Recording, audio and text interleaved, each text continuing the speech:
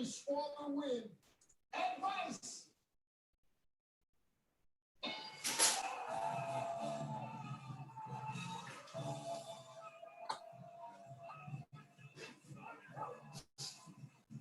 A guy who will make a contribution is for the win.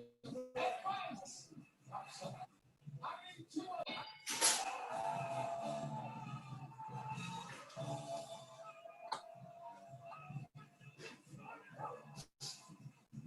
A guy who will make a contribution is for the win. Advice. I need to.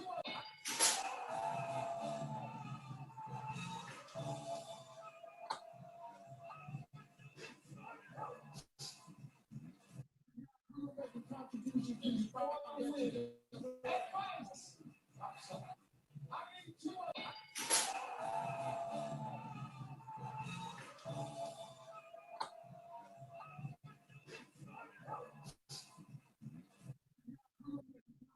Is for the win.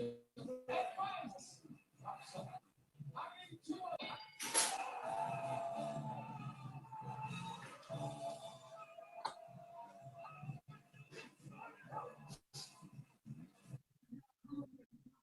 Is for the win. Advice. I need to.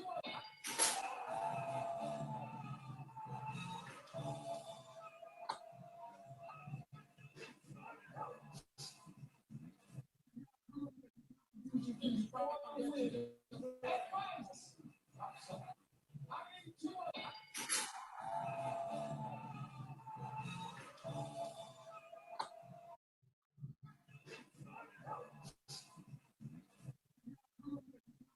Is for the win.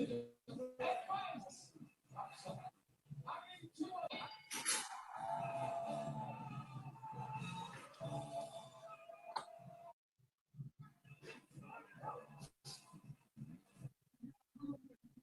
Is for the win. Advice. I need to.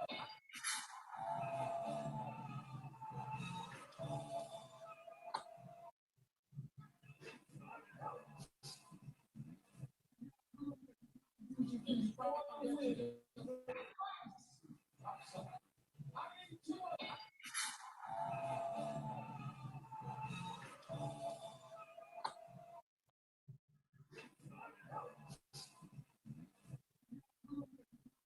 Is for the win. I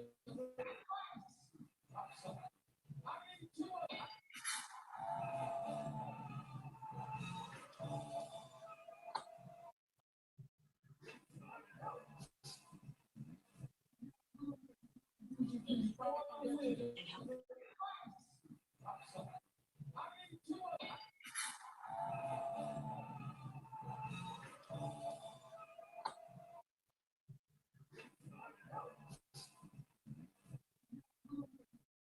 Is for the win. I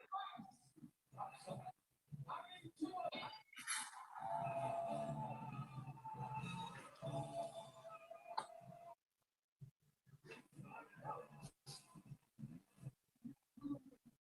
Is for the win. I need to.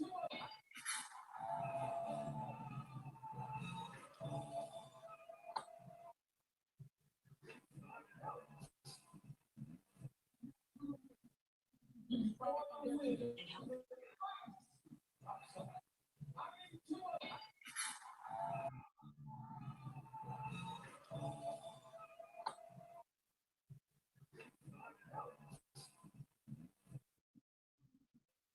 Is for the win. I need to.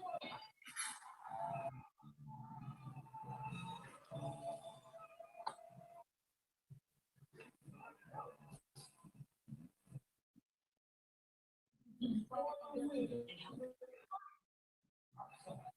I need to.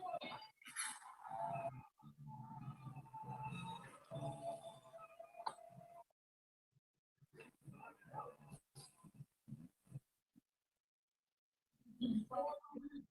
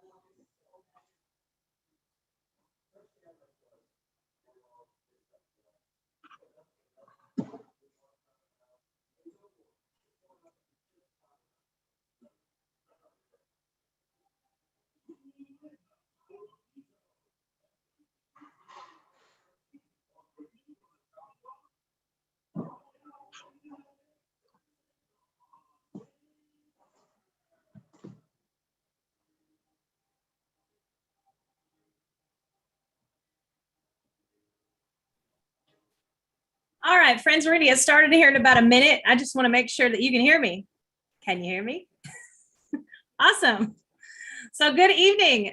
Thanks for joining me here at 8 o'clock Central, maybe 9 or 10 where you're at. So sorry if you're up late. I do appreciate you joining us today. Thought I'd throw an idea out there. I always share some back to school posts as we get close to the start of the school year.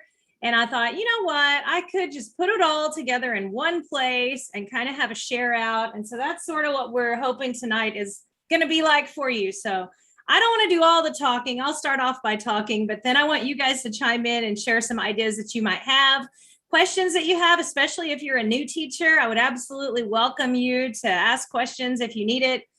That's what we're all here for. One thing I love about business educators is that I feel like we do a really good job of helping each other. So looking forward to spending this hour with you guys today. All right, I have a slide up here for you. This link was at the bottom of the email that you got from me. It's also going to be here on this slide. So this link will give you the slideshow that I've put together. Again, if you got the Zoom email, it's in the bottom of the Zoom email. So you can see this link there at the bottom of the Zoom email. So it's bit.ly/BizEd-day1. Pretty easy there. And of course, I'll put it right out on my lesson plans webpage on Facebook as well, as soon as we're done here. The event that was on there, the YouTube link for this, it is streaming right now. I see it going. So hopefully that keeps going. Anyway, that link will be posted on the regular page, but it's going right now on the event page as well. So if you know somebody and they don't want to chime in, or they can't get in, or the Zoom isn't working, they can at least get in and watch it without being involved in it. So here we go. Let's do it. So about me, if you don't know me, I have been teaching for, this will be my 25th year. I'm finally on 25 years. So excited. It's like the end is in sight, you know, but I also don't want to become one of those lazy people who's like, well, it's almost over, so who cares? I'm not going to do that. I still like what I do, but I have taught a lot of preps. I taught my first year in a really tiny school in Buchanan County, Missouri. My first class was an accounting class of 4 kids. That was my first hour, my first day of teaching. And then my next 10 years, I was at a small school with graduating classes about 48 to 60, depending on the year. And now I'm at a high school with about 1,600 students. So a little bit bigger than what I came from. But despite all of those, I always have a lot of preps. And I don't like to repeat icebreakers because I end up with kids who've had me before. Or, and like some of you, especially if you're in a small school, kids who have me multiple times a day. There was one year that I actually had a student 4 hours in a row. So I've never had one more than that, but 4 hours in a row. So that was a bit much. Anyway, so my preps that I have now, and over the course of my teaching career, I've taught it all. I'm personal finance, business economics, and management, entrepreneurship, all that different stuff. My current course load is generally pretty heavy in technology. I'm kind of the technology specialist in my department. So I teach most of the upper level tech classes. And then I teach business law and business communications. So those are kind of my areas of expertise here in these past couple of years anyway. So there's just kind of an overview of the classes that I teach, the things that I do in them. Again, we're not here for that, but that just gives you an idea of kind of what I'm looking for resource-wise when I'm sharing with you guys. So I am going to kick this off with just a few tips before I share some ideas. I would welcome your feedback on this as well. But if you're fairly new, less than 5 years of teaching, or you're not quite sure about how to get started out, or maybe it's just something you haven't given a lot of thought to, here's just my opinion, and it is just that. You can throw it out the window. I know people are very, I don't know, they have their own opinion on seating charts. My school requires it, so I don't have a choice. But here's the thing. There's a lot of teachers who think that not having a seating chart is nice, that it's like, you know, well, it's cool. Let them come in the first day. They can have a seat. They can sit by their friends. They can get comfortable. You know, I don't agree with that personally, because I have a daughter of 2 kids who actually prefer to have a seating chart and know where they're going to sit on day one. Your introverted students, they don't really like going into a room where a bunch of people might be buddies. And so they're all friends and they have somebody to sit by. And then your introvert doesn't know where to sit. Or they sit down and it's the wrong seat because I'm saving this seat for that other person. So for my introverts, which I'm kind of an introvert, I prefer that as well. In my seating chart situation, they say their names. I never say their names on the first day. So I'm like, all right, let's see if you found your seat. Seat 1, who are you? And I'm looking on my seating chart and they say their name. So I find out their name preference and how to say their name without me botching it up. It's easier to learn names because I'm absolutely awful. So I think seating charts are important. In a computer lab, of course, I don't need profiles on every single machine in the room. So having a seating chart keeps them from logging in everywhere.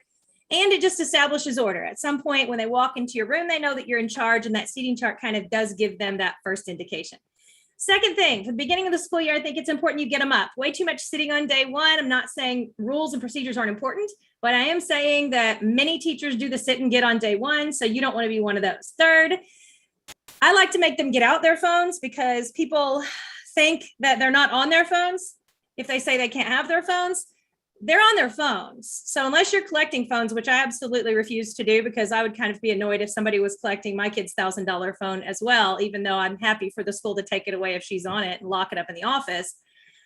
If they get out their phone and I make them do something with it, I've seen their phone. So in my classroom, they get out their phone. When the bell rings, the phone goes face down on the desk so I can see it all the time.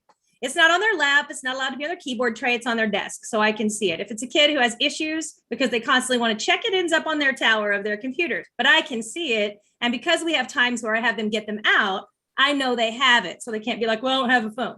So again, my opinion, not everybody agrees, but I'm also not going to be the phone collector. And then fourth, help them meet other people. That's really important. Kids are awful at making friends these days unless they are put into a situation to learn someone's name.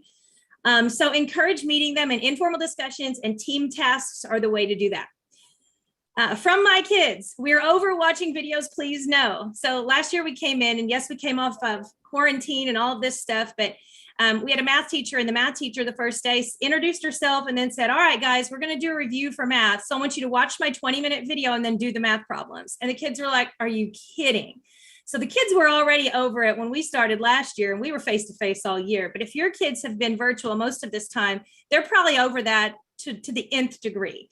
So trying to avoid videos is good. I had an online Photoshop class, so they had to watch videos. And then I had an in-person class.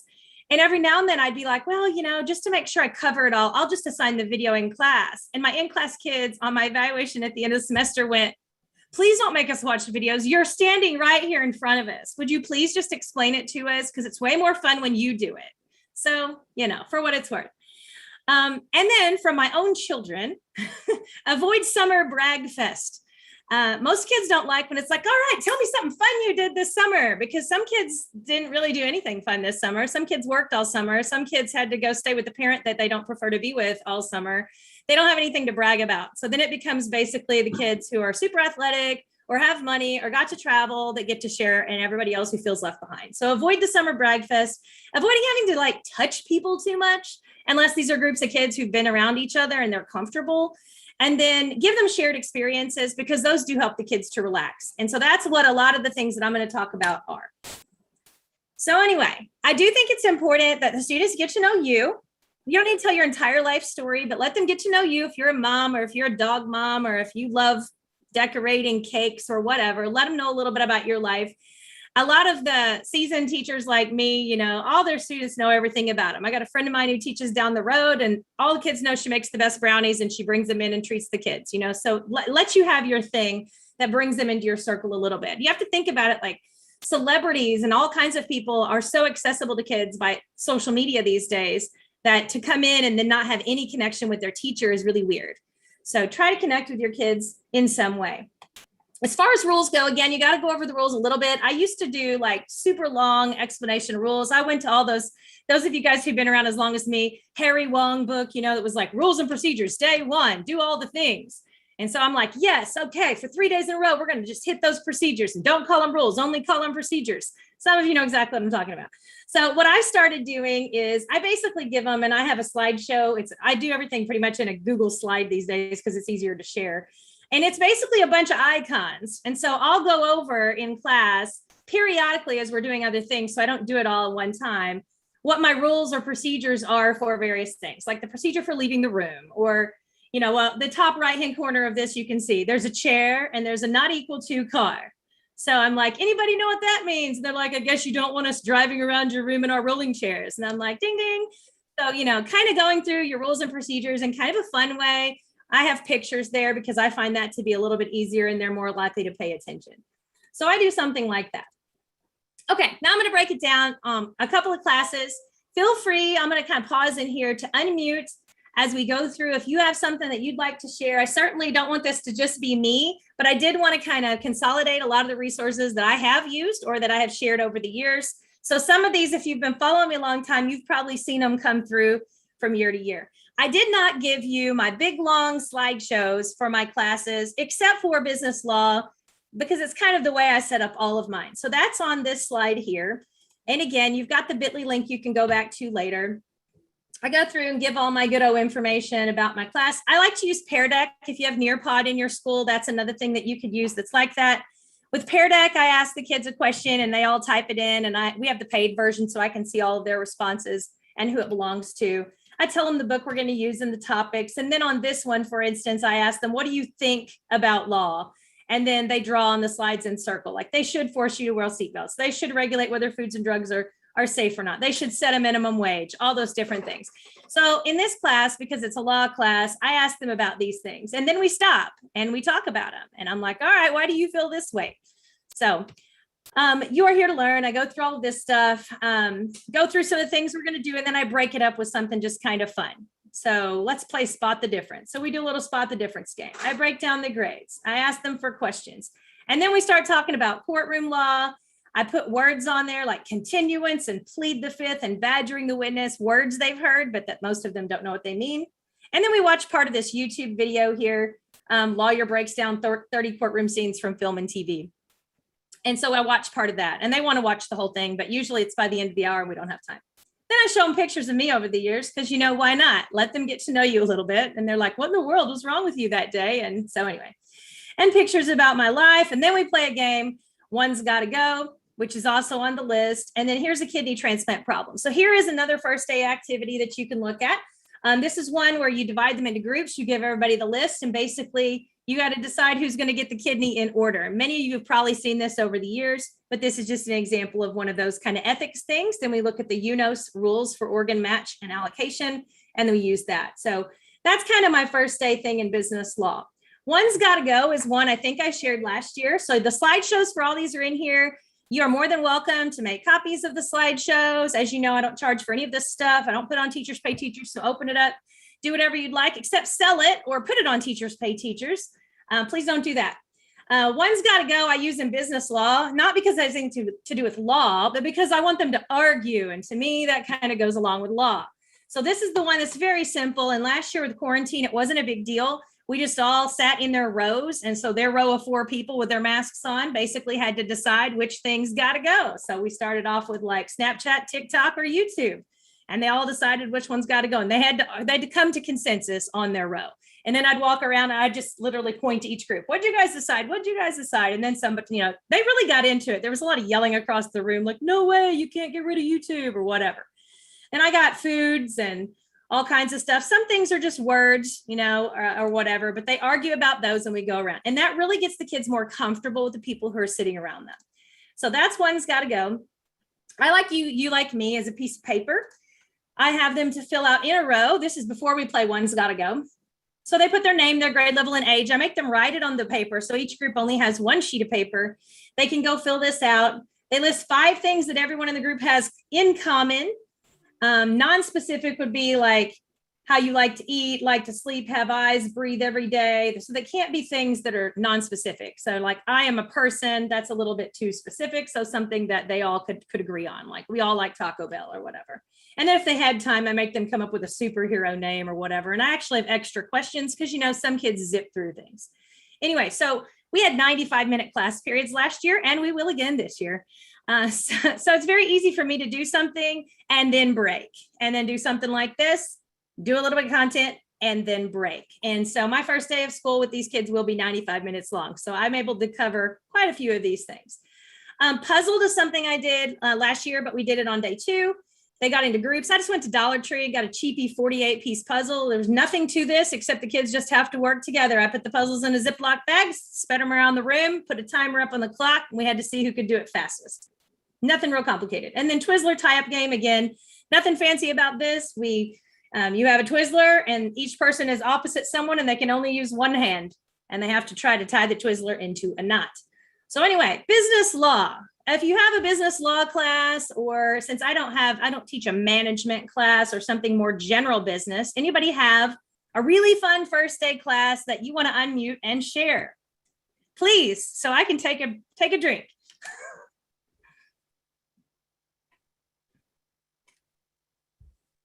I was going to say, one of the things I do to make it more tactile, we actually bring out the Play-Doh and do like a sketch and tell. So maybe it might have been whatever their favorite food is, and they work in they're in their little groups. They have like 3 things of Play-Doh, and then they have to actually, you know, craft that out of the Play-Doh, whatever their food is. And I give them like 5 minutes to create their favorite food, and then they'll just talk about it amongst their group. That's a great one. Thank you, Mary, for sharing. We've done Play-Doh in my classes before too. When I taught, I can't remember what class it was. It might've been a management class. It was a general business class. We had Play-Doh because I We did a quality, like a work quality check, quality control activity. And I would give them tasks and they would have to make as many as they could out of Play-Doh and then come up. And if they were good enough, I'd pay for them. And if they weren't, I'd smash them and send them back. That smashing part's a lot of fun. But you can do something like that even on the first day to establish that you want quality work and not just crap that's thrown together real quickly. Lots of things you can do with Play-Doh. Play-Doh's a lot of fun. Brenda put something in the chat here. She says, start with mystery. It's riddles and answer, puzzles and brain teasers, murdery Mr. Picture riddles. So that's in the chat. So that's one to check out for sure.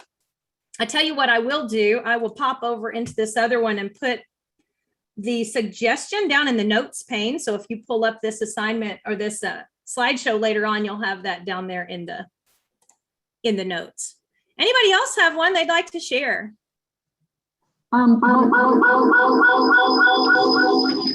Sorry.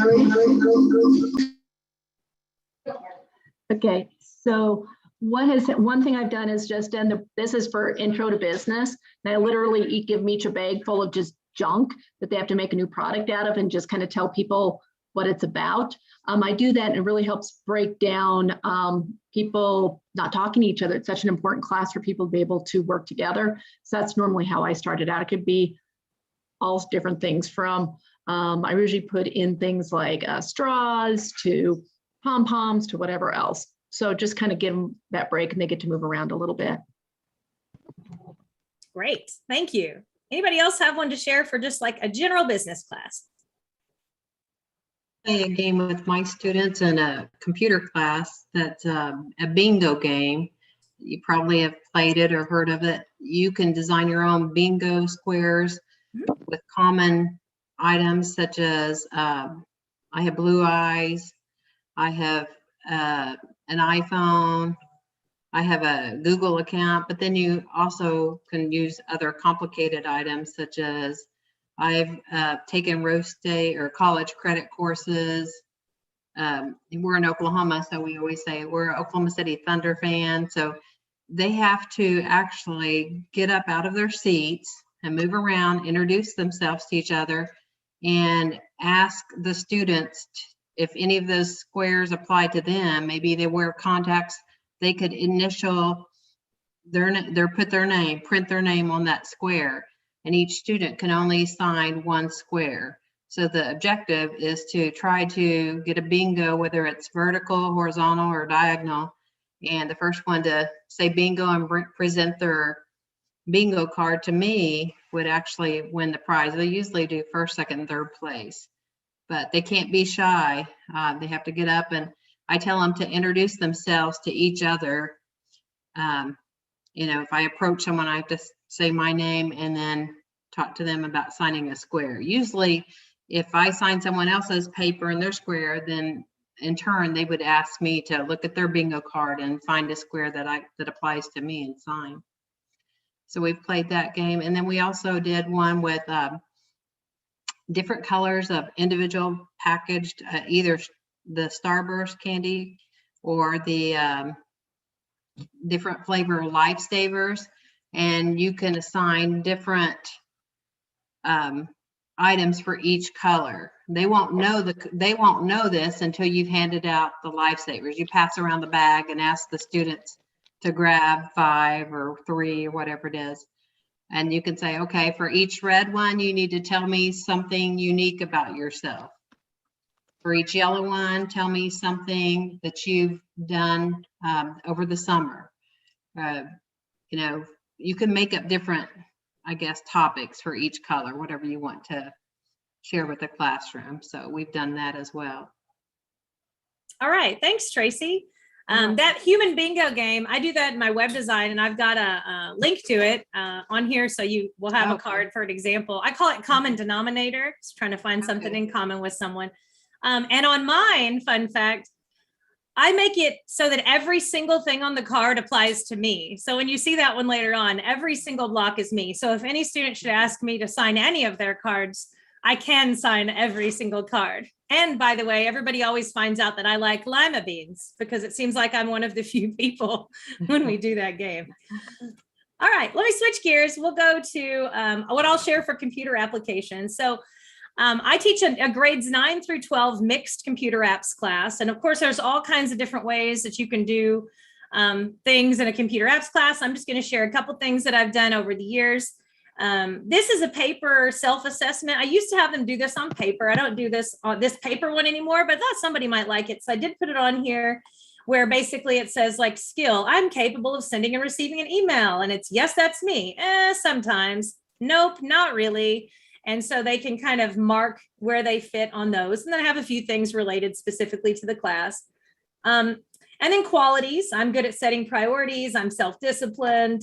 I have trouble comprehending what I read. So I kind of put some other things in there. And then preferences, like I prefer not to work in teams. I prefer visual and hands-on learning. And then a few other questions about themselves.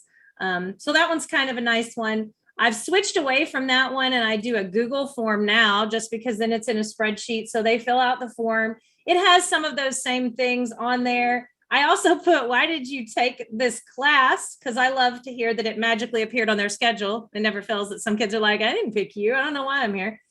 So anyway, I make them get in and do a little typing test. So there's a link there. So they have to go over and type real quick and then decide which one they can do, how they type, because I just want to know if they type properly. We don't have time to focus on typing in my class by the time I get them, but I ask them that because I want to know. I have learned that over time, mostly my fast typers always seem to do best in the class. You should try to see if there's correlation for that for you too, but it has always been the case for me. And then how comfortable are they in various programs? I give them just a little scale here. I like to ask if they have internet at home because I think that's important to know.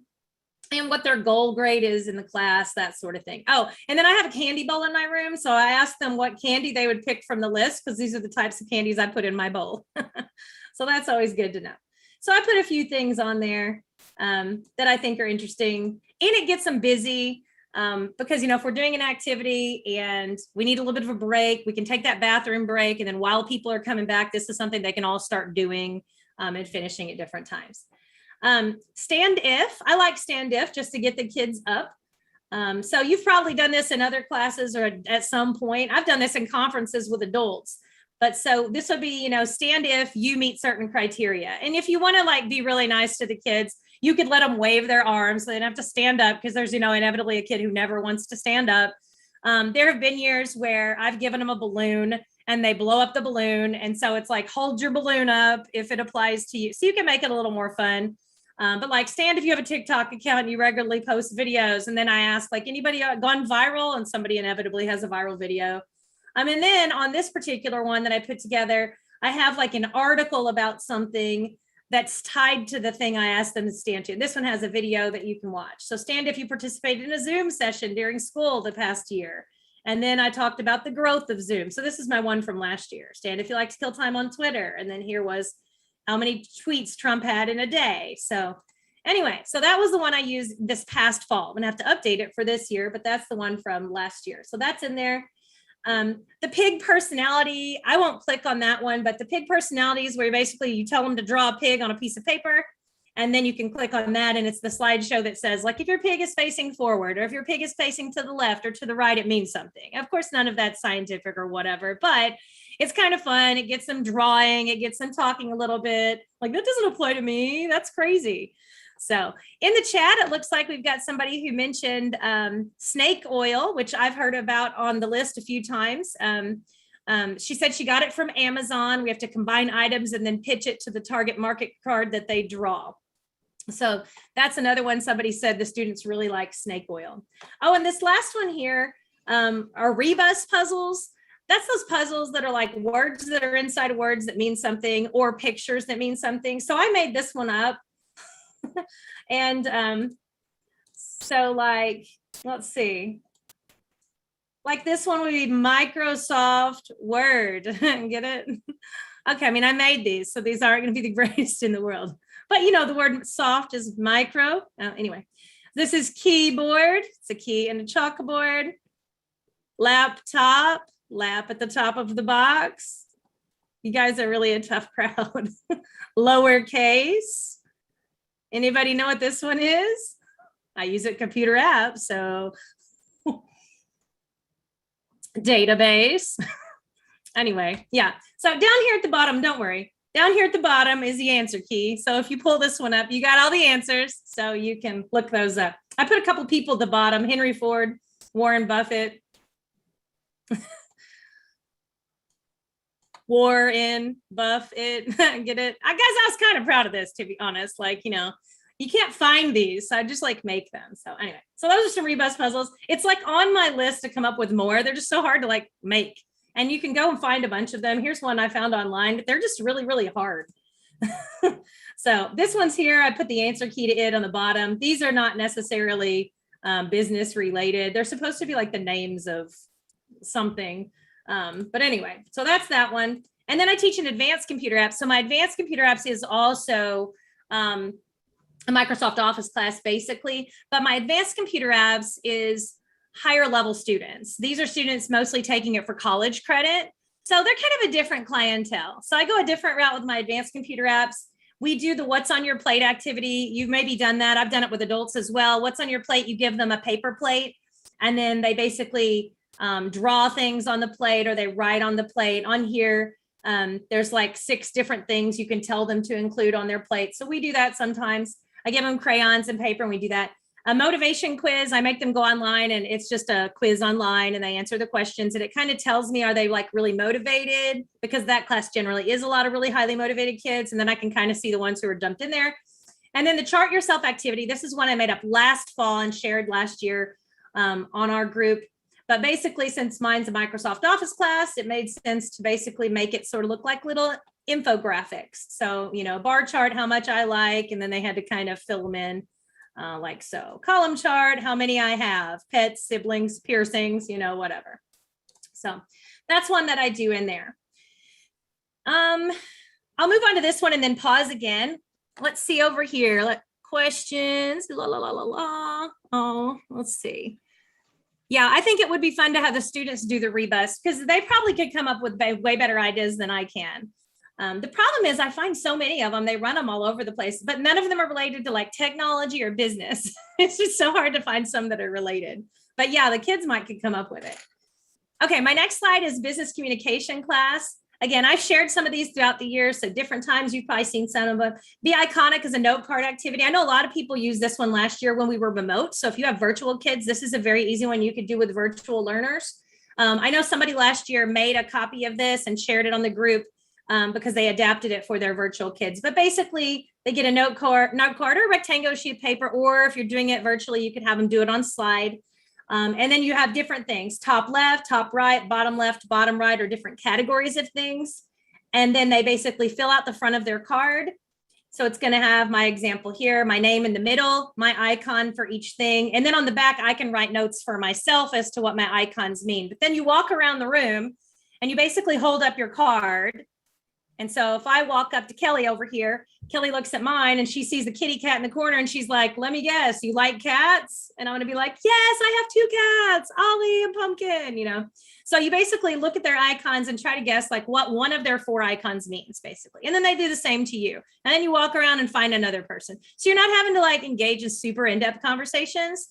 And this would work great if you don't have business communication, you could use it anywhere. We did it in an FBLA meeting. So you could do it that way too. One of the corners is things I don't like or can't stand. So I did this one with the guy with the really long nose. So some kid walked up to me and said, people with long noses. I was like, no, liars. I don't like liars. So anyway, so that's Be Iconic. I really like that one. There's a communication style quiz here, which gives you an idea of their communication style. Connecting stories. I won't click it, but that just explains the game. Basically, you tell a story that's true about yourself. And then someone stops you in the middle of the story to basically continue the story on a word or something that you mentioned. So if I'm talking about how, yeah, I was in a car wreck on my way to school, I was driving my orange Ford Edge, then somebody's going to go, Miss Skinner, wait, speaking of orange, my favorite color Skittles is orange. And then they have to keep talking until somebody else steals based on a word and what they're saying and finds a way to connect the story. So your goal is to connect the stories on a word. Or you could do a theme, you know. So if I'm talking about a wreck, they could be like, well, my mom had a wreck, you know, whatever.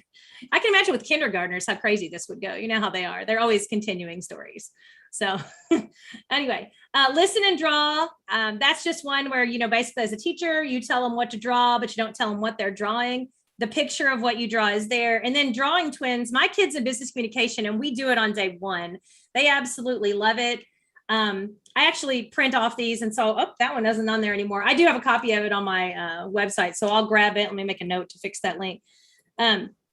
The drawing twins one, basically you have different things that they have to draw and they go back to back. And so one person is explaining and the other person is drawing and you can't tell them what they're drawing. So they just have to try to draw it. When we do that in my room last year, we had to sort of social distance. So I had, somebody sat like in the aisle facing the other direction and then the other side of the room facing there. And then you were back to the person who was there. So basically the people who had the pictures were facing the wall so they couldn't see around them. And then we do a going fishing thing where we put some cards in a thing. I had it in a copy paper box, and then we had magnets that were on those, and then we had fishing poles. I had dowel rods, and they had to fish in there, and then of course get out whatever it was, and then talk about whatever the topic was that was in there. We have some more things here in the chat, so let me hop in here. Somebody said, "Never have I ever." Oh yes, kids like to stand up on the "never have I ever." That's a good one. Tell me who you are without telling me who you are. Students send me one image and I put it in a slideshow. We try to guess who the person is by the image. That's a good one. Karen says, I've given mine a note card and have them draw on their own tattoo if they have one or if they had one. I did this in graphic design class. It was funny and interesting, inviting them into my tattoo parlor. That's a good one too. Denise, connecting stories reminds you of when you did that on a typewriter. That's true. I remember doing that too. We would get on our typewriters and then you'd stop mid-sentence and everybody would rotate. You can still do that if you teach keyboarding. That's a fun one. Yeah, drawing twins, they love it. They don't want to stop. They just play it every day if you let them. Page of circles and tell them to draw something using the circles. Yes, I have, I didn't have it in this here today, but in my Photoshop group, I shared 10 creativity starters. And I have that one that I got from some resource too, where you have a page of circles and they have to draw things in the circles, but that would also work great on first day. So lots of good ideas here. All right, I'm gonna go to Photoshop, which is my next class. Photoshop obviously is a big passion of mine. I have a whole Photoshop group that I manage. My Photoshop class is a whole semester, and I really want to redo my first day slideshow to include pictures of me. And every single picture, they have to decide whether something's Photoshopped or not. But I haven't done that yet. This Photoshop or not is fun. If you do teach even a graphics class, that might be one that you could use. I'm going to skip down past the slides that I would just normally use. But basically on here, I found pictures off the internet.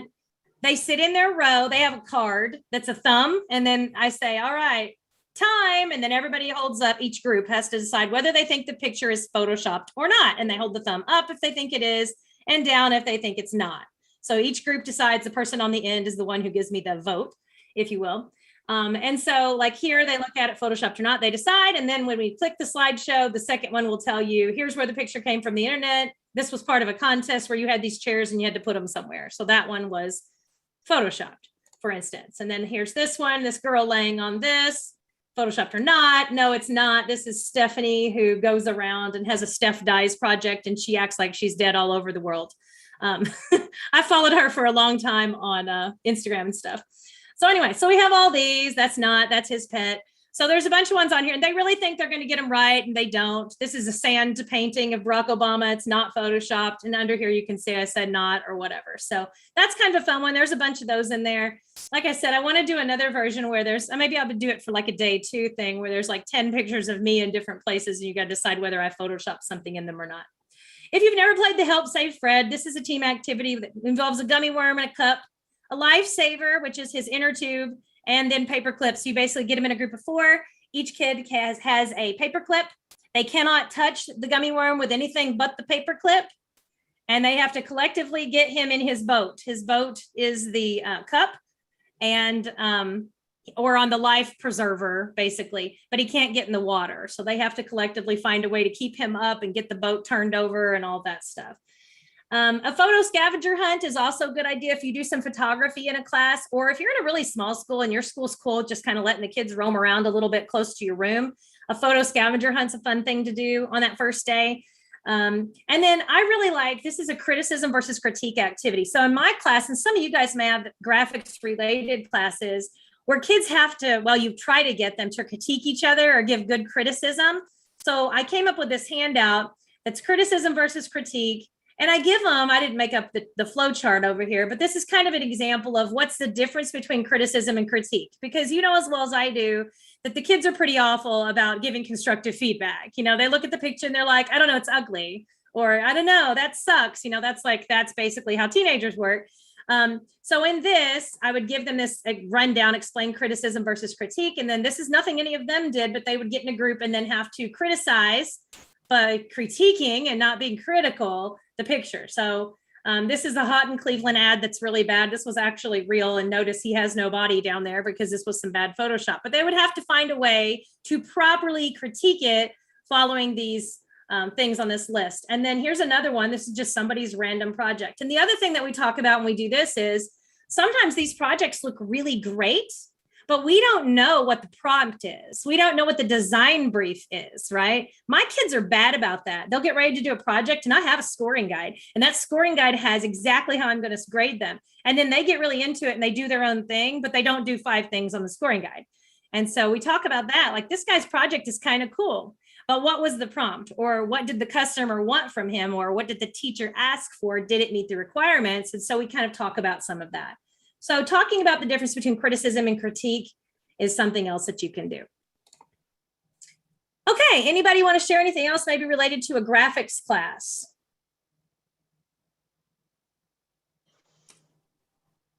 You can do, of course, lots of things with drawing, pretty much with any class that's graphics.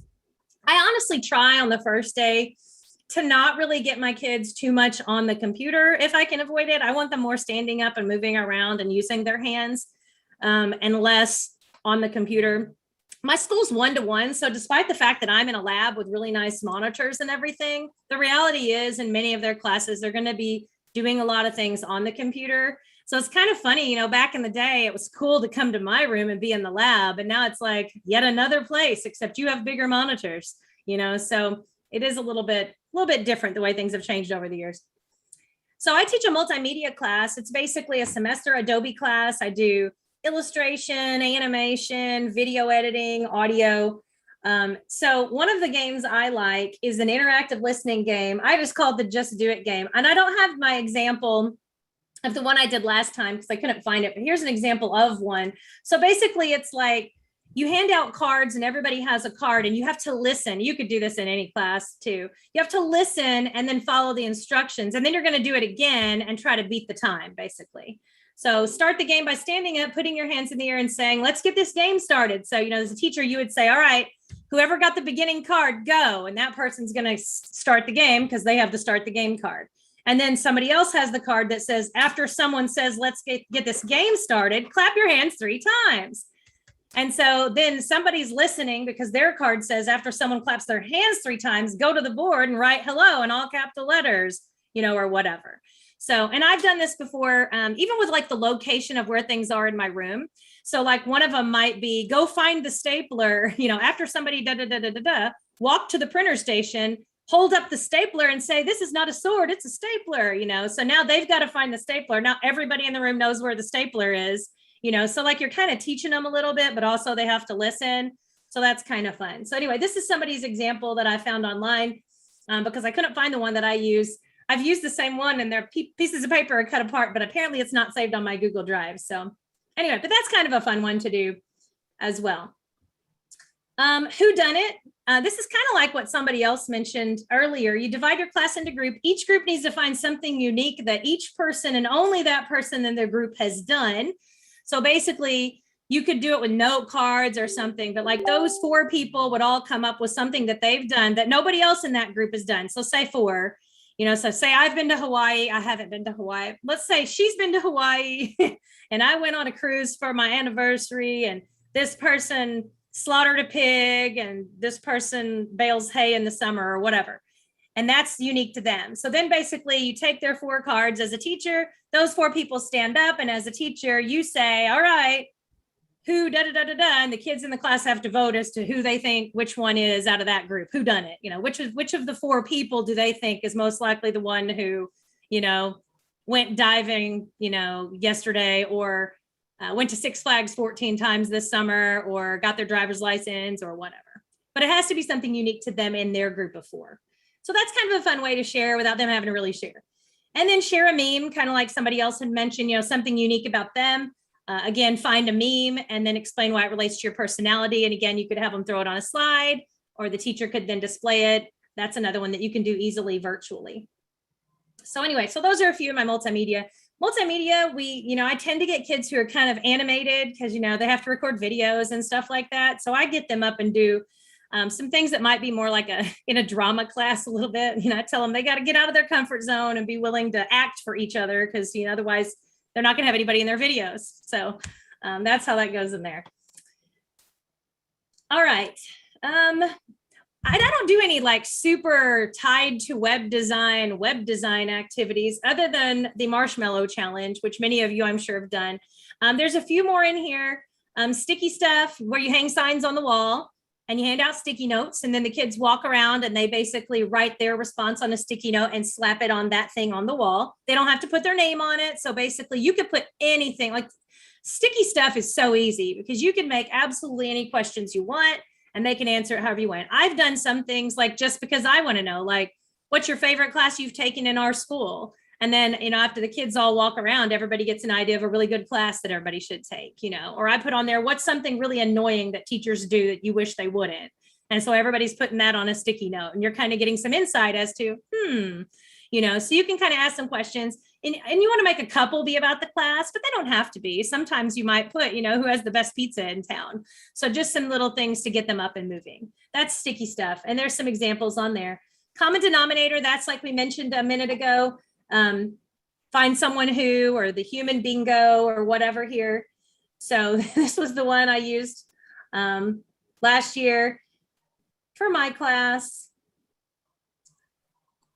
So lots of those different things. I still haven't broken a bone. That's good. So anyway, those are all in there. Rock, paper, scissors cheerleader. I do this anytime in a class that things get super boring and people look like they're about to fall asleep. If you've never played it, basically it's rock, paper, scissors, find somebody. But whenever you lose, you're now the cheerleader for the person who won. So now you have to follow them around. So it's kind of like they're almost an inchworm because they're going to grow as they go. So now you're with that person. And then when that person wins again, you're like, yes, like you're cheering that person on. And then everybody keeps going. And so you end up in the end, there's one person against one person who has a crowd of people with a crowd of people. And we're all like, come on, you got this. And in the beginning, like, a lot of times the groups are kind of quiet, but by the time we get to the end, they actually usually get pretty loud because they actually want to be a part of the winning team, even though they lost like 15 times ago. So that's rock, paper, scissors cheerleader. You could do that anytime. We've done it in faculty meetings as well at my school. And then the marshmallow challenge. I know I've shared this in the past and some of you I'm sure have done it too. I use it in web design because it's a good example of the test early, test often principle, which is a web design concept or a design concept in general that you don't want to wait to the end to run a test. So you guys who teach any kind of computer science type of stuff, that would be applicable to that. And anything that has to do with coding. There is a 18-minute time. So there's 18 minutes on here. There is a video that talks about it. The video is 8 minutes. It's a debriefing video. So after the kids have played, we take pictures with all of them and they go back, and while I'm cleaning up and throwing stuff away, they watch the 8-minute video and they talk about how kindergartners tend to do better at this game than college students. And they explain it all in the video because kindergartners just want to get in there and try it really quickly. And high school kids get really caught up in getting it to the top, but they don't put the marshmallow on at the beginning. And that's kind of the clue. You have to put it on at the top and build it that way. In here, a twist on the marshmallow game is to use newspaper and a beach ball. I think I used 20 sheets of newspaper and a roll of tape. Yeah, I've also heard about people who get newspaper and they have to create like a suit or some sort of a business outfit or something like that. And so they've got to dress one of their group members. And so everybody's got to like tear paper and try to create something like that. Somebody said use duct tape. And I was like, duct tape's too expensive. I can't use that. I have to use Dollar Tree type stuff for me.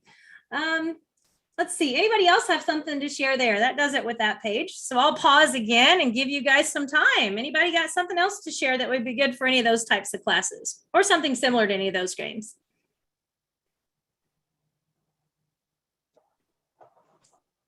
Another one I did, Tonya, that is kind of like a design one is with a race car, and they get like a Matchbox car, and what did I use?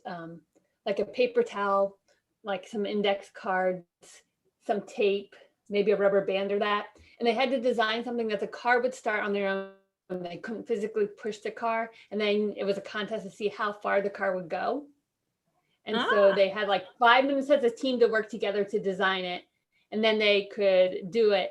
And then after we tested them once, they had 3 minutes to make any changes that they wanted to make to see who could get the car the farthest. Right. Yeah, and that would be really good for any type of coding or programming or computer science or any class where you, design thinking sort of thing. Yeah, that's a great idea. Anybody else have another idea?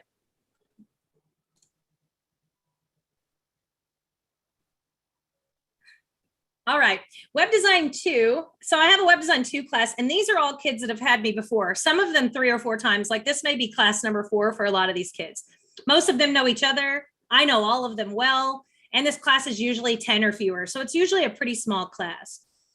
I bought a game at, I don't know if you have Five Below where you're at.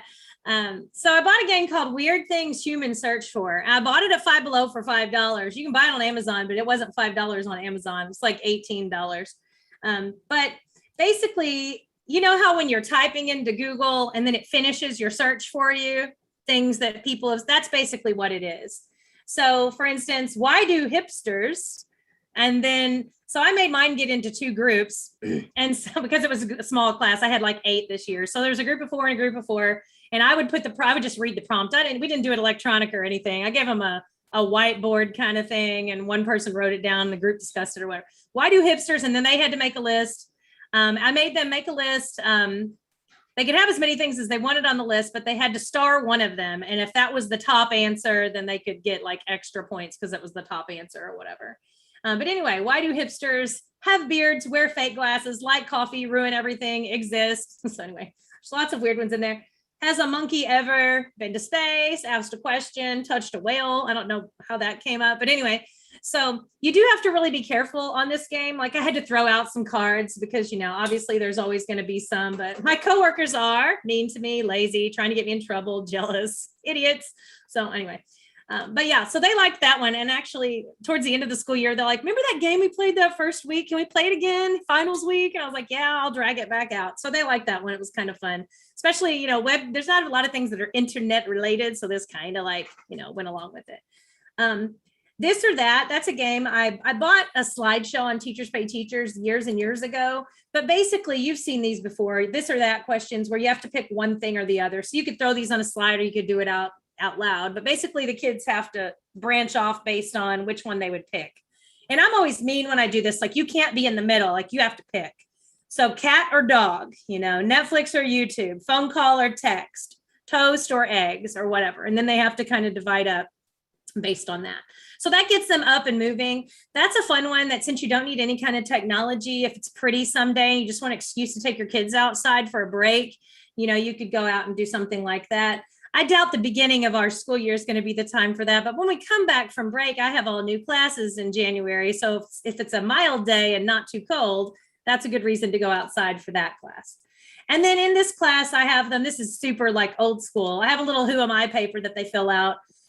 Basically it has their favorites and stuff like that. But this is my Web Design 2 class. So they don't know that their Who Am I paper then eventually becomes a web page about themselves that they have to do to show me what they remember from Web Design 1. So they have to turn that into a web page. Let's see, checking the chat. Upwards Scrabble using coding. Okay, yeah. I have one Scrabble game in my room, but I have thought about, I think I posted something not too long ago about where you give them cards or letters or alphabet letters, and then they have to like try to spell something quickly and everybody has a letter. And you could do that with vocabulary or something like that too. So anyway, that kind of breaks down for my preps, the things that I have done to get started the last couple of years. A few more ideas that I didn't use this last year. One that I used last year, but I don't remember what class and I couldn't figure it out, was the boring first day game. One of my friends had said, the kids are so tired of talking, like, tell me one thing about yourself that you're proud of, or tell me your favorite food or whatever. And she's like, I just said, tell me something super boring about you. And so each of them had to go around and just tell something extremely boring about them. And then it went over really well. And I was like, I'll make a boring first day game. And so basically, I took it off of the terrible, horrible, no good, very bad day. I guess we'll play this. So, and again, I have no idea what class I used it in. So I made them share a boring fact about themselves on the Pear Deck for me. And then basically they had to decide which was most boring. And I did this in a Pear Deck so they could actually drag the icon. This is the beginning of the year. We were still, social distancing and I didn't want to get up. So like watching other people play video games you don't like, reading books you don't pick, or TV commercials. And so they had to decide which of those is most boring. Or like, which is most useless, corn chips, pepper, or rice cakes? Or which is most annoying, crying baby, overdramatic whiny friend, or stepping in doggy doo, not from your dog? Which is most boring, attending a siblings event or school performance, not having internet, or taking a standardized test? I got some good ones in here. So anyway, so we did that one last year and that one went over pretty well. The kids really enjoyed doing that. And it was a little something different other than, favorite this, favorite that. I shared this one not too long ago on the group 3Ps, which is basically present on day one. You have them fill out a personal fact, a professional fact, and a peculiar fact about themselves, and then something else about them. And then you can collect those as a teacher. So that's in there for you. The numbers game, I posted that one recently on my blog based on an easy icebreaker that I found online on a YouTube, but you can get them up and moving. And then you kind of Price is Right style, you have numbers and then they have to try to put the numbers in the right order based on trying to decide the answer to something. So an example I put together a group of technology dates. So these would be internet history kind of things. And then you would have to have, numbers for all of them. And then, Charles Babbage invents the first computer. And it's like whichever group gets 1832, fastest or whatever. And you have the actual numbers there. So you can read all of that there. You could do Price is Right style sort of thing for numbers. Lots of different numbers games you can do. Freeze frame. I don't know if you are on TikTok. My kids are always on TikTok. But there is a thing on TikTok where they take like an album cover or like the picture that you would see like on your iTunes or whatever when you're listening to an album, the picture that's on there. And then on TikTok, basically, they're like doing something and then they freeze and it's like that album cover. So freeze frame would be basically that kind of a thing where you would give them, and somebody already put these together. This is freeze frame boys band editions because you can put them in groups and because boys bands have multiple people in them. And basically you would go through and they've got different ones in here. I don't know why it's not popping up right now, but you got different ones in here and they basically would try to freeze themselves. So like, the Abbey Road, the Beatles one where they're walking across the road, you would have a group try to do that. And you could have them try to do it quickly, or you could actually have them take pictures on their cameras and then slide them in there. So like, here you go. Here's this one, crisscross, Hanson. So these are, my kids wouldn't know who any of these people were, but this was the example that was online, but you could do that with some more modern things. Crazy job interview. This is one that I found the other day. I have not used this one, but basically give each player 7 small strips of paper. Each player writes down 5 or more traits. Fast, stupid, corrupt, invisible. They could be kind of weird things. A background like Irish, a video gamer, whatever. They write down 2 or more occupations. Doesn't matter. Office worker, waitress, dragon tamer. The example gave porn stars. I'd probably exclude that one in my classroom. And in each case, remember, you can certainly make things harder by writing awkward selections, but it's possible you might draw your own slip of paper. Then they go into basically a bucket or a bowl or something, and people draw them out. So you draw an occupation, and then you draw 3 traits out. They have to look at the occupation, but not the traits. And then you have to call on people, and they have to try to look at the trait and then talk about how they would meet that trait. So it's kind of a funny job interview. I'm not sure I could trust my kids to come up with those, but as a teacher, I thought that's kind of a funny idea. You could come up with some silly jobs, put in some traits just to kind of get the kids to learn maybe what some certain soft skills are, maybe make them kind of funny, and then have them act that sort of thing out. What would they drive? I didn't like the examples on this one, but I think the kids would be able to make up some good ones. It started off with like, what would Jesus drive? It was like he was the first person on here, and then they basically had all these different people, and you had to choose what kind of model vehicle they would drive. So like John Elway would drive a Ford Bronco because he played for the Broncos, or a Shepherd would drive a Dodge Ram. This one I thought might be fun for students to actually make up their own. So maybe find a job find an occupation, find a famous person, and then what car would they drive based on that occupation, kind of for a play on words. What's your money personality? This is one of those where you mark it based on what describes you. This is more about how you spend money and how money values to you. And you add it up and you become either a saver, a spender, the security seeker, a risk taker, a giver. So if you've got a finance class, that might be a good one for a finance class.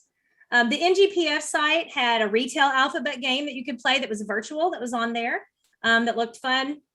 And there's a whole slideshow on here of remote activities that somebody shared. So I just linked to it for you. And then my old classroom scavenger hunt. I used to do a classroom scavenger hunt, but now there's several other teachers that do it. So I just quit doing it because other people were doing it. But this is not a bad one. Basically, as they walked into the classroom, I handed this to them at the door. So they put their name on it, their class, they got the piece of paper, they wrote their seating, their number of their seat from the seating chart on this piece of paper. And then they just have to do all the things on the paper before they're allowed to sit down. And so there's a whole list of things. So they don't get to sit down for about 15, 20 minutes because they're all walking around the room trying to do the different things. Like for instance, number 15, what does the red do not sign by the window say? Do not, and then they've got to figure out what that is. Look at the pencil sharpeners, one by the door, one by the printer. Sharpen a pencil, yours or one of mine, and then draw a pig below. And then later on, we did the pig personality thing with this class because their pig was on this box. And they drew it really quickly, so they weren't thinking about it. Different little things on here. At one point, I tell them where my candy bowl is so they can go get a piece of candy off the candy bowl. Different things. I've updated it from years to years. And then finally, find your number, you have a seat, log into the computer, go to Canvas, do the typing assignment that's listed under announcements. So eventually they end up in their seat, they log in, they go to our page, and they do the activities. So they walk around and they do those. So that's a little classroom scavenger hunt. I used that in the spring of 2019, so I haven't updated that one, but I threw that one on there too. All right, I've talked about a lot. We have 2 minutes according to our scheduled time. We have advisory at my school, which is a group of kids that we get for 4 years, and we follow them. We see them every day.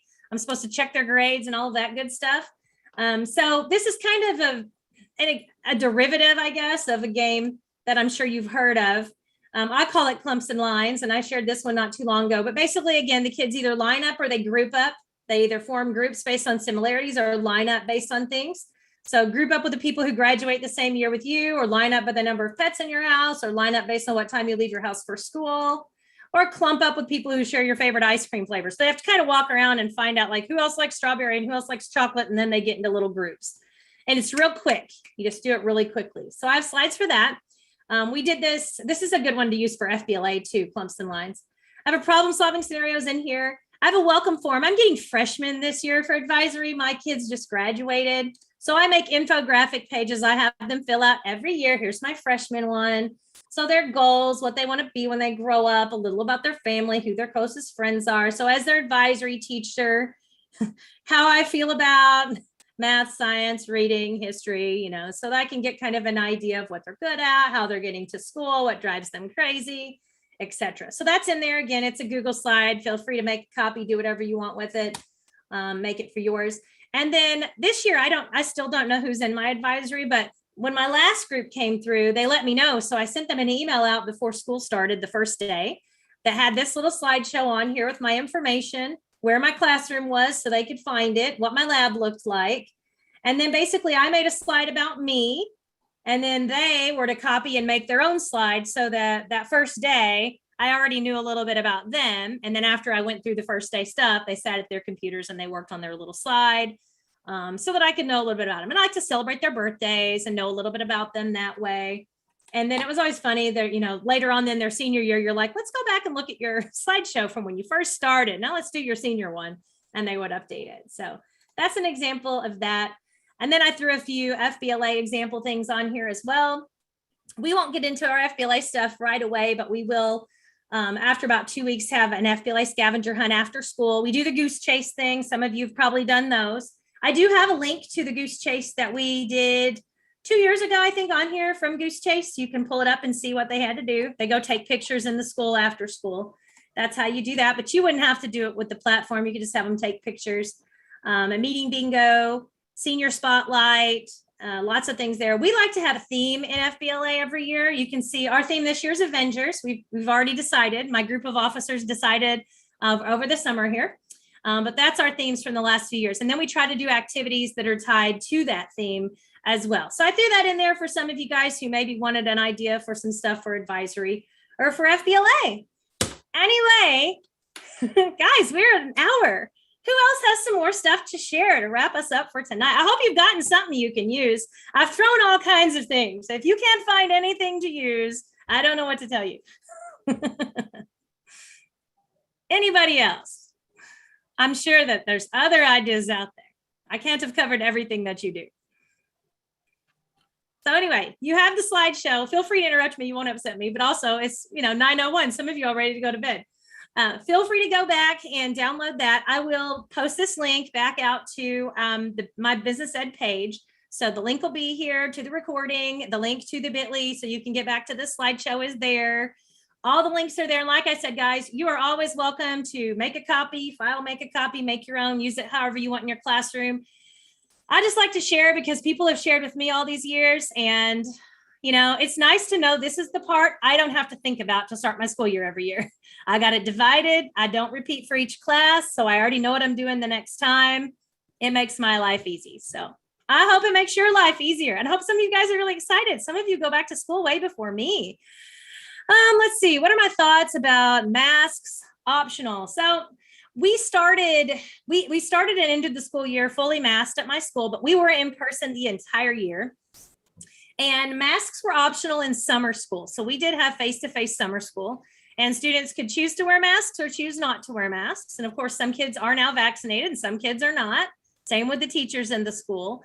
As of right now, I'm in a rather conservative area. So I don't see our school putting us back in masks. I really don't think they would put us back in masks because so many people refuse to wear them at the grocery store anyway, whenever we had to wear them to begin. But anyway, I guess if you have students, maybe that would be something to put in your first day materials or have them on a note card if they really have a strong opinion about masks, or if they really prefer for some reason to be able to keep to themselves or whatever, that I would just tell them to let me know that.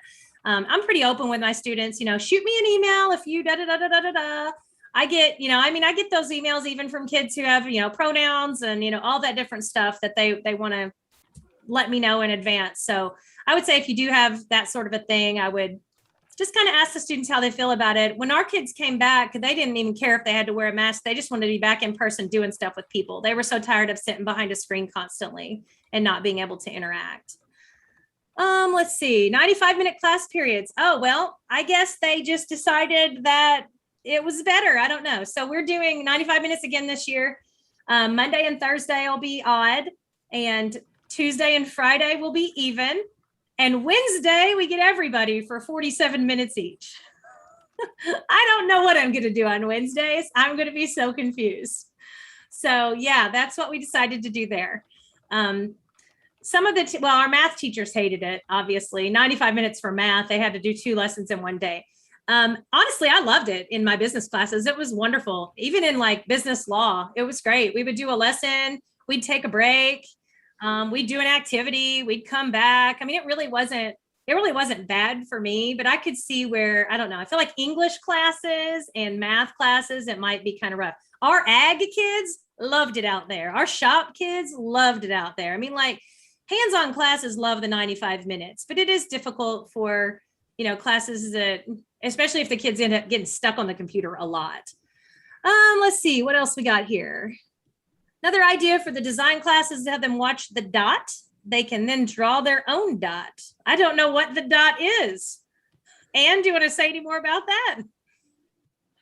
The dot is just, the author is Peter Reynolds, and it's just about a girl who doesn't think she can draw or has any creativity. And he has that they have him do this dot and they make this big deal out of it.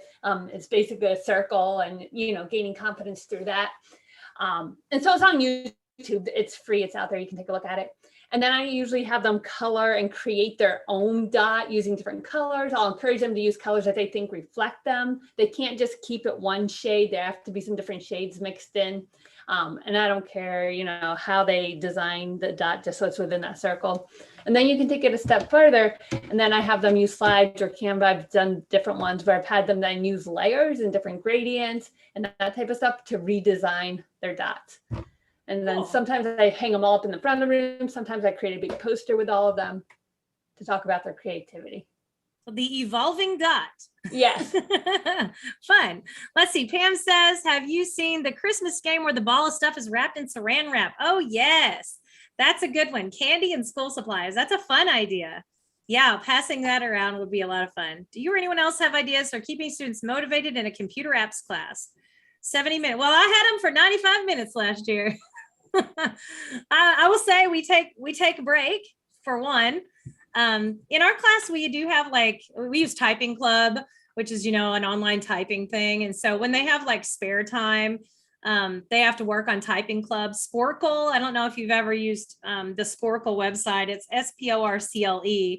But Sporkle has a lot of games where you have to type the answers as fast as you can. Now they have some that are matching, but if my students finish early, I would let them get on Sporkle, and the only rule was it had to be a typing game because that's how I justified that they were still typing. So it'd be name, I don't know, things I could care less about, name a bunch of soccer equipment. They just have to come up with as many as they can, and it gives you points for them or whatever. So, but your big thing is just going to be taking breaks. You introduce a topic, you give them time to work. You make everybody stand up. We've thrown balloons around. I'll do just about anything to get kids to wake up. Yes, quick draw with Google is a fun one. My kids love to play that.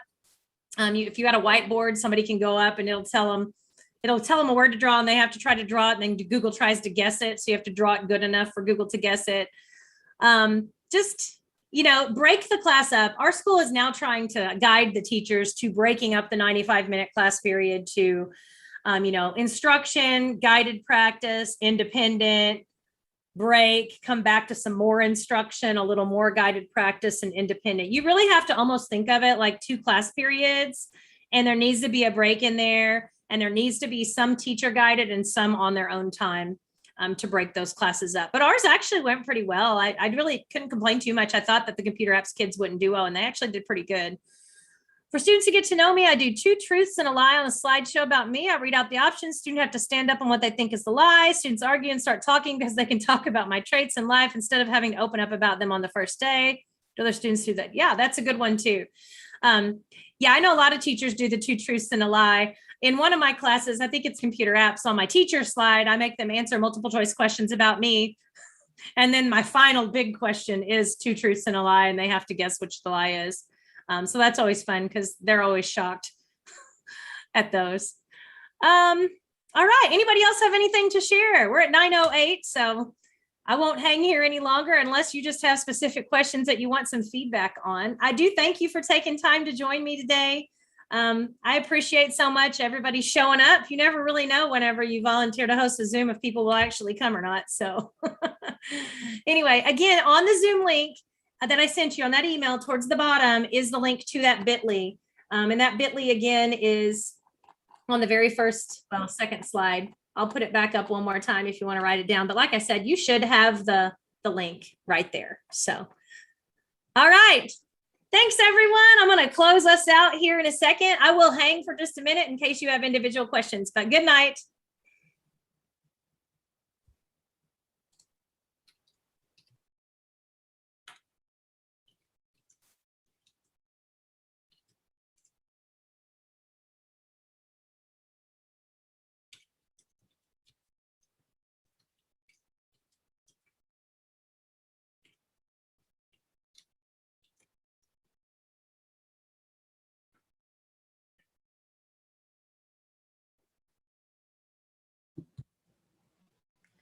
Hey, great job. Oh, thanks, Ann. Good to see you. Hey, you too. So this girl is heading to bed. Yes, you are. Yeah, it's late for you. I have to get up. I'm teaching a Photoshop Zoom in the No, morning. I know. If you said, hey, let's do this at 4 a.m., I'd be like, yeah, I'm up. I'm good. Yeah, I didn't even exercise today, so we're it's not a good one, but I'm just gonna go to bed and call it a day. There's always tomorrow. Hey, see ya. Good to see you. Tonya, can you explain to me, I think you have reached out, I reached out to you on Facebook Messenger about your classroom setup. You mentioned your lab and your one-to-one. Do you have desktops or just monitors? Yeah, no, we have desktop computers. I don't know if you can see it in my little slideshow. I'll try to pull it up.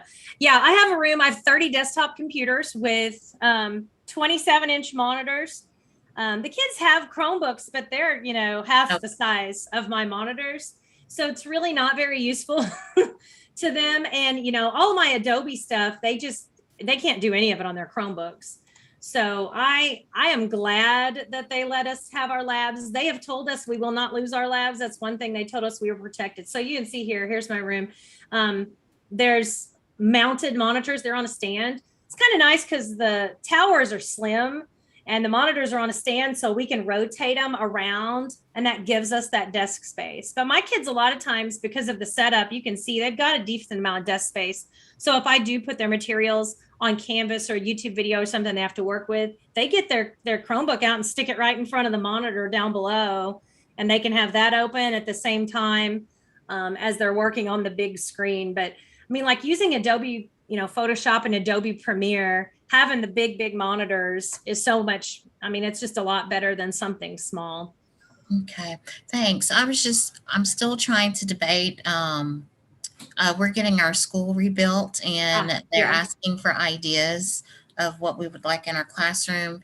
And we are one-to-one, and we have PCs. The students have Fujitsu tablets where they can ink, and there's, Office and Adobe on their computers. So should I still strive for desktop computers, or should I just get large monitors for them to connect? That's just a question that I've been toying with for a while. I guess it's going to depend on how well those computers run and how much you use Adobe. Now, my room uses it a whole lot, but my next door neighbor teacher, they don't use Adobe programs. She's not really using any of those types of things. So in her situation, like that classroom, it wouldn't really be a big deal to have, like you've said. But my students really do, they come in and they're like, man, these monitors are huge, and I don't have to deal too much with. The other thing that's nice is because we have the big monitors and the computers that are housed in my room, I have monitoring software. I can see all of their screens at all the time. All of that's tied in with the lab, so that's nice. But, if you're doing any of the big Adobe things, Photoshop or Premiere, like video, stuff like that, I'd be concerned. Unless your school has really, really nice devices, memory is a big issue with those Adobe programs. So if you don't have a lot of RAM on those machines, I would be concerned with them using them for all their other classes all day long and then coming to you that, without like shutting them down and restarting to free up the RAM. That's the one benefit, although I wouldn't call it a benefit, but like of a Chromebook is that there's no big programs on a Chromebook. So it's not really using up a lot of memory or anything. So they start up and they work. Whereas as a laptop, if you leave it on for days, it gets slower and laggier, but I can leave my desktops on for a month and it really doesn't make a difference. Okay. So that would be my only concern. It would be nice maybe if you could just get them to get you nice monitors and then an adapter that they could plug their device into so they could extend their monitor. So they would have the two screens in your room. At a minimum, I would shoot for that.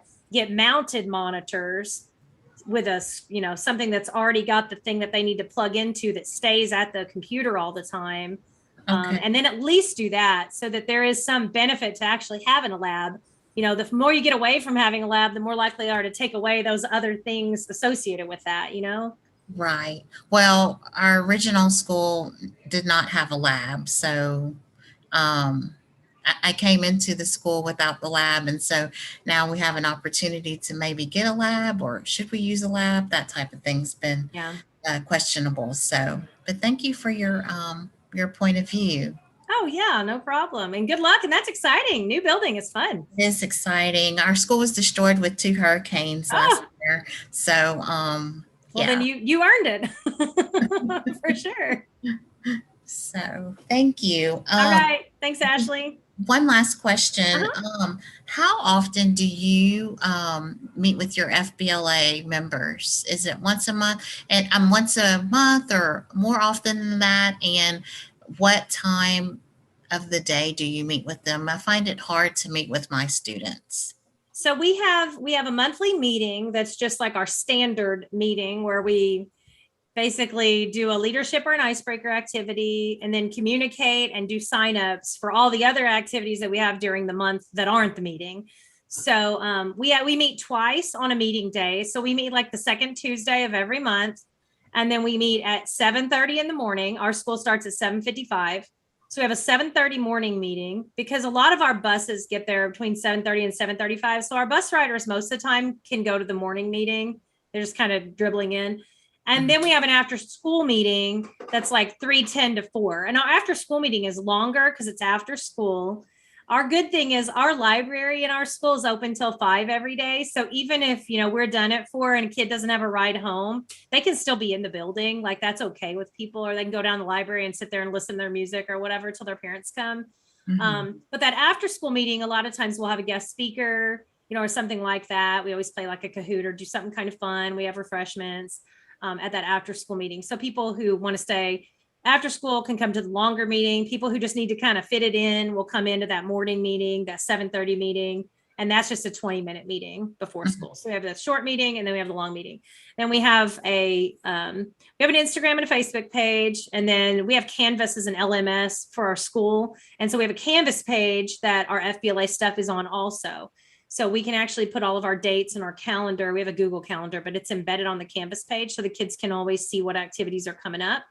And then we have socials like 4 times a year. We have a scavenger hunt at the beginning of the year. We have a Halloween trick or treat for cans. Although this year we did, what do we call it? Drive and drop, because they had to come to us. So we couldn't go to their houses and trick or treat. So we had drive and drop. The kids dressed up in costumes and we stood outside the door or outside the school on the sidewalk in our costumes with signs wanting canned goods. And then they were calling friends and they were have to drop them off. So people had to drive and drop their canned goods off instead of us trick-or-treating for cans. The kids actually liked it. It turned out well. It was an idea one of our officers had, but like in November, we'll do Operation Christmas Child. A lot of people do that where we do the shoe boxes. So we stay after school a day. We pack the shoe boxes for like 2 weeks before. Kids bring in empty boxes or bring in supplies. So like our monthly meetings, we would tell them about all those activities coming up. They could sign up to participate. And then there's a lot of activities kind of going on behind the scenes at different times, but we only just meet proper, that once a month. Do you have success with student participation? Because that seems to be a problem with us with, I guess, being a small school and they're involved with athletics and things of that such. How do you get them to participate? So my previous school that I was at for 10 years was a really little school, but we had a pretty big FBLA. Our FBLA was close to 50, which is pretty big for a small school. Like that same school now, they usually have about 10. I'm not there anymore, but like they're still in our district, so that I still see their numbers. So they have 10 to 20 now, but back then, we could get about 50. It just really, I think, has to do with the enthusiasm part. When I was in a small school, I could drum up more business population wise, because I could see them all. Like they were all in the same hallway. If I really wanted to find you, I could find you any day. In my school now with classes of 400 each, we have 1,600 kids. I don't know half the FBLA members. We only have about 100 in our chapter, but I know the names of 50 of them, but I don't know, a lot of them. So it's a lot harder to get buy-in from kids who don't have a connection to the advisor. So I really think that getting, some officers who are going to push the club and then having activities that let the kids feel like they're a part of something. I'm really excited about our officer group we have this year because I have an officer who joined virtually. He was a virtual student in the fall and he joined our virtual group.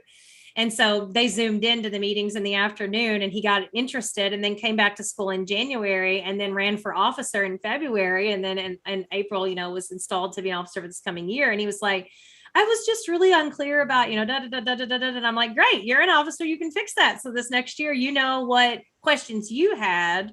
And he had a real unique perspective because he was coming from being completely virtual. So he had a very disjointed connection. And we had a virtual liaison. So we had a student who was one of our officers who was in charge of our virtual members. So our group of like 6 that were virtual, she sent them emails and she reached out to them. And if we did an activity in the meeting, she would send that activity to them by email so they could do it too if they wanted to. Or if, we did a letter writing thing to thank teachers, teacher appreciation, then she would let them know they could write one too. And, that sort of thing. So she just really tried to get them involved that way. I know a lot of kids think FBLA is just like speeches and competitive events and ties.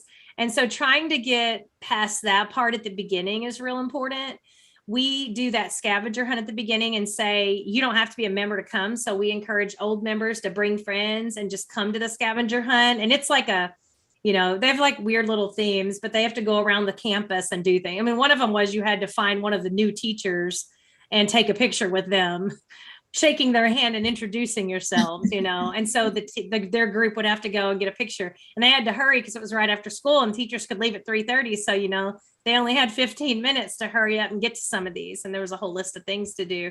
So, when you've got people bringing their friends and going to fun stuff like that, and then they're getting to know some people, then they're more likely to come to the other things. So some easy service projects I think are good. We have we make cards for the nursing home. So like Valentine's cards and Christmas cards, and we fill those out. We have a social, we took graham crackers and icing, and they made like a gingerbread house, but out of like graham crackers and stuff, and then jelly beans and sprinkles and, different stuff. And we had a decorating contest for that. And we play Christmas music and, pin the whatever on the what. I mean, we just do all kinds of different little games and stuff like that. So, you have to get them to see it's not just that part, but we want you to build up to involving yourself in these things so that you'll want to participate in our competitive events, but we don't force them to. There are some chapters that like, if you join, you have to compete. And if you join, you have to do, these specific things. And we haven't taken that approach. We encourage, and I'll pressure you a little bit like, hey, I saw that you took this class last year. You'd be great in this. And, Yes. I'll get a couple officers to gang up on them with me. But really, that one-on-one, getting those officers to reach out to those kids individually who you think would be good members because you've had them in class. I also send emails to parents. If I had a great kid, and that's how I got 2 members last year late. I said, your son has blown me away in business law this year. I would just love to see him join FBLA. And so I emailed the parents. I told the kid that twice in class, and he's an officer this coming year.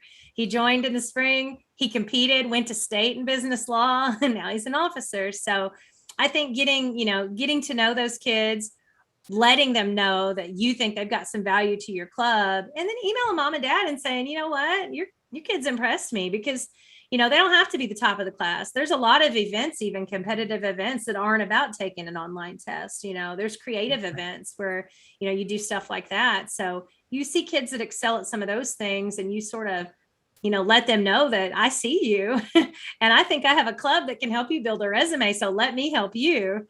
I think that makes a big difference. And then you got to get your officers to buy in. You get your officers, hyped up about that, then they can help you bring those kids in. But it just starts with a good core. You get a good core group of kids, and, you got 5 officers, and each of those 5 officers gets 2 people. I mean, that's 15 right there. And it doesn't take long to do that. It just takes a little bit of enthusiasm. Great. Well, thank you so much for sharing. Yeah, no problem. Best of luck this year. Thank you. I might have to message you every now and then to ask you your expertise. So absolutely. Not a problem. Thank you. See ya.